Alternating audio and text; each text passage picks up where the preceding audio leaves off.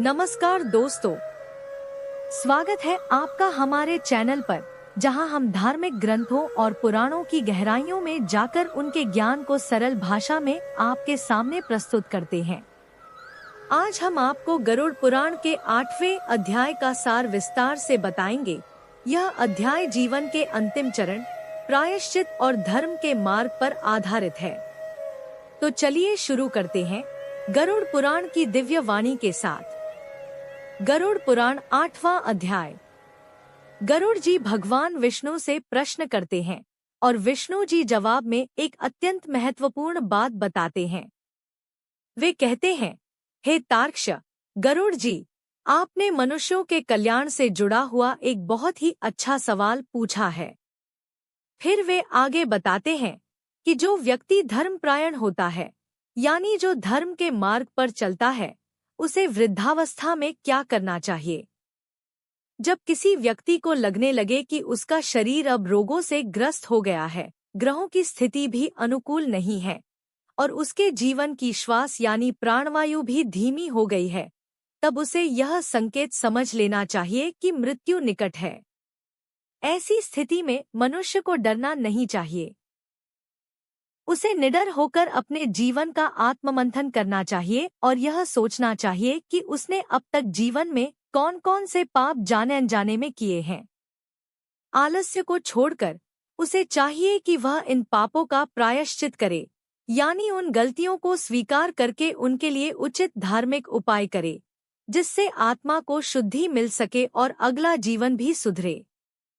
इस अध्याय का मूल संदेश यह है कि जीवन के अंतिम समय में व्यक्ति को आत्मचिंतन करना चाहिए और धार्मिक जीवन की ओर प्रवृत्त होकर प्रायश्चित के माध्यम से आत्मा को शुद्ध करना चाहिए। जब जीवन का अंतिम समय यानी आतुरकाल आ जाए, जब यह स्पष्ट हो जाए कि अब मृत्यु निकट है, तब व्यक्ति को विशेष धार्मिक आचरण करने चाहिए।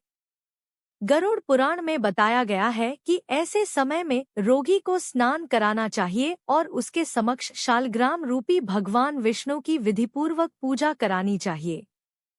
इस पूजा में भगवान को गंध, चंदन आदि पुष्प, फूल, कुमकुम, हल्दी चंदन मिश्रण, तुलसी दल, पवित्र तुलसी के पत्ते, धूप, अगरबत्ती, दीप, घी का दीपक और मोदक जैसे मीठे नैवेद्य, भोग अर्पित करने चाहिए।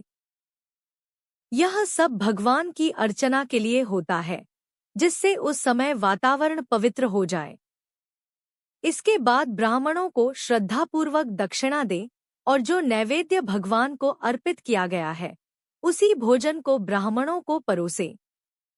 यह पुण्य का कार्य माना गया है और रोगी के लिए कल्याणकारी होता है। इस समय भगवान विष्णु के अष्टाक्षर मंत्र नमो नारायणाय या द्वादशाक्षर मंत्र नमो भगवते वासुदेवाय का जप करना चाहिए। इस मंत्र जप से मनुष्य के भीतर शांति आती है, पापों का क्षय होता है और उसकी आत्मा उन्नति की ओर जाती है। इसी के साथ रोगी को भगवान विष्णु और शिव के नामों का बार बार स्मरण करना चाहिए और उनके नाम सुनने चाहिए। यह बहुत महत्वपूर्ण है, क्योंकि भगवान का नाम कानों से सुनना ही पापों का नाश कर देता है। और अंत में एक अत्यंत व्यवहारिक और मानवीय शिक्षा दी गई है। रोगी के पास बैठे हुए परिजनों को शोक नहीं करना चाहिए। उन्हें विलाप करने के बजाय मेरे ईश्वर के पवित्र नाम का स्मरण बार बार करना चाहिए। यही सच्चा सहारा है उस समय नाम स्मरण। गरुड़ पुराण में इस भाग में भगवान के नाम स्मरण और कीर्तन की अपार महिमा का वर्णन किया गया है। यह स्पष्ट कहा गया है कि एक विद्वान और धर्मप्रेमी व्यक्ति को हमेशा भगवान के 10 प्रमुख अवतारों का स्मरण और कीर्तन करते रहना चाहिए। ये 10 अवतार हैं।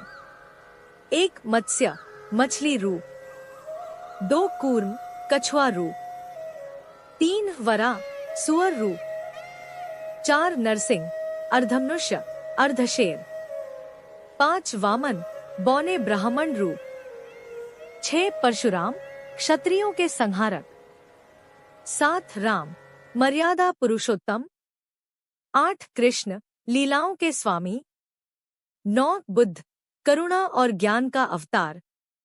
10 कल्कि, अभी भविष्य में आने वाले अधर्म का अंत करने वाले अवतार। इन नामों का स्मरण, जप और कीर्तन करना न केवल अपने लिए लाभदायक है, बल्कि रोगी व्यक्ति के समीप इनका उच्चारण करना भी महान पुण्यदायी होता है। ऐसे लोग ही वास्तव में उसके सच्चे रिश्तेदार माने जाते हैं, क्योंकि वे उसकी आत्मा को ईश्वर से जोड़ने में सहायता करते हैं। कृष्ण नाम का जब कोई प्रेम पूर्वक उच्चारण करता है, तो उसके करोड़ों महापाप भी उसी क्षण जलकर भस्म हो जाते हैं। यह नाम स्वयं में ही इतना पवित्र और शक्तिशाली है। फिर पुराण में अजामिल की कथा का उल्लेख आता है।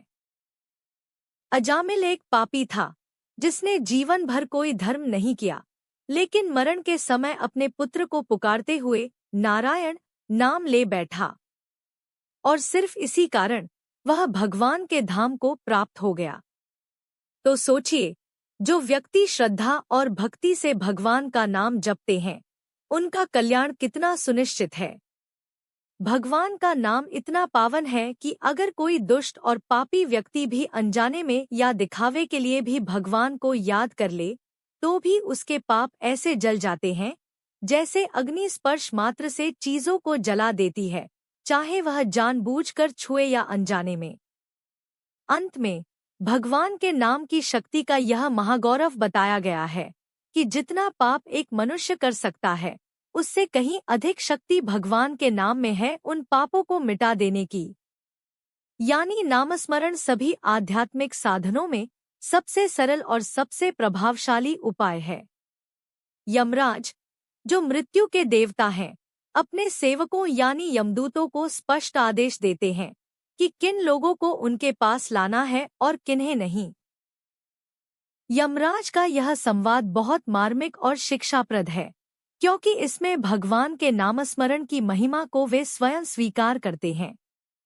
यमराज कहते हैं, हे दूतों, हमारे पास उन्हीं लोगों को लाया करो जो नास्तिक हैं, यानी जो भगवान में विश्वास नहीं रखते, भगवान का नाम नहीं लेते और धर्म के मार्ग से दूर रहते हैं।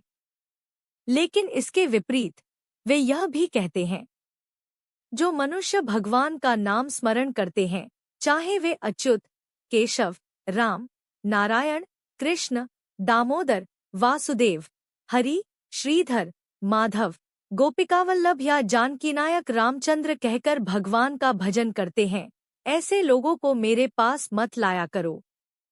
यमराज खुद स्वीकार करते हैं कि वे भी इन भगवान के पावन नामों का भजन करते हैं, जिससे यह पता चलता है कि ईश्वर के नाम की महिमा मृत्यु के देवता तक को ज्ञात है। फिर वे आगे और भी सुंदर बात कहते हैं, जो लोग हे कमलनयन, हे वासुदेव, हे विष्णु, हे धरणीधर, हे अच्युत, हे शंखचक्रपाणी, आप ही मेरे शरणदाता हैं, इस प्रकार भगवान से प्रार्थना करते हैं, वे निष्पाप हैं। उन्हें तो तुम दूर से ही छोड़ देना, उनके पास भी मत जाना।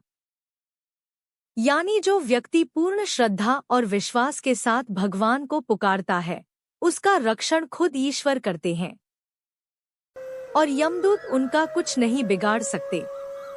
लेकिन यमराज अंत में उन लोगों की ओर संकेत करते हैं जिन्हें यमदूतों को पकड़कर लाना चाहिए।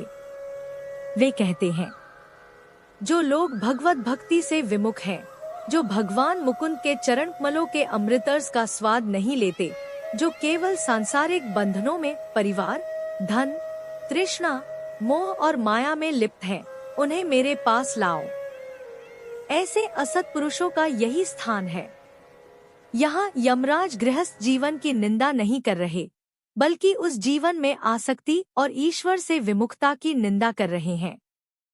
उनका कहना है कि जो लोग भगवान से मुंह मोड़ लेते हैं और केवल सांसारिक भोगों में रमे रहते हैं, वही नरक के पात्र बनते हैं। मुख्य संदेश: भगवान का नाम स्मरण, उनकी भक्ति और उनके शरणागत भाव को मृत्यु के देवता भी सर्वोच्च सुरक्षा मानते हैं। जो व्यक्ति यह भाव रखता है, वह यमदूतों के अधिकार से भी बाहर हो जाता है, और जो भगवान से विमुख होकर केवल माया में फंसे रहते हैं, उनके लिए यमलोक का द्वार खुला होता है।